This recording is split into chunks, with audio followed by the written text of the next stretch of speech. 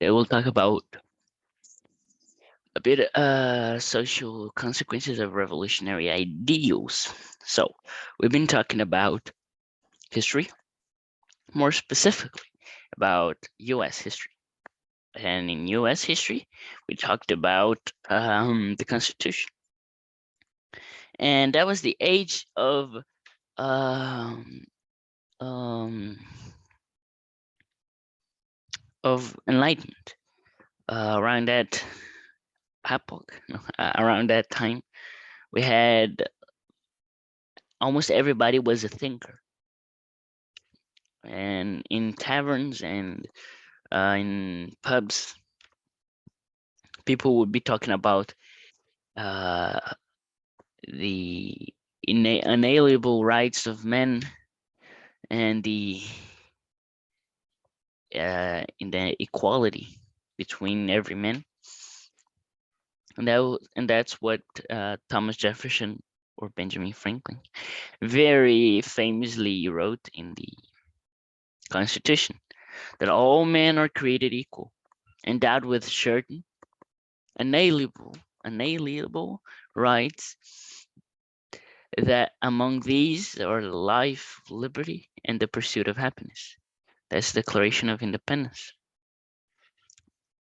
I think Benjamin Franklin wrote the Constitution, but right. And also the slogan comes from that time, taxation without representation, or the common sense. There is something exceedingly ridiculous in the composition of monarchy. Thomas Paine was very much against the monarchy. And so in that time, everybody was thinking. And also in that thinking, they wanted the abolition because all men are created equal by God. Therefore, why should a man be a slave and another man be a sir, only a lord, only because of the color of skin?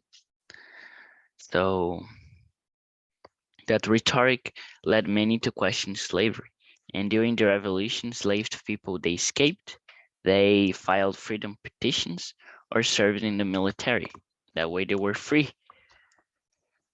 The northern states abolished slavery or began like gradual emancipation, and the southern states didn't do that. And so that led a big riot between northern and southern states, which we will discuss later in another video. And so an other thing was the Republican motherhood. So Abigail Adams was the wife, the spouse of John Adams, and she wrote on March 31st, 31, 1776, I long to hear that you have declared an independence.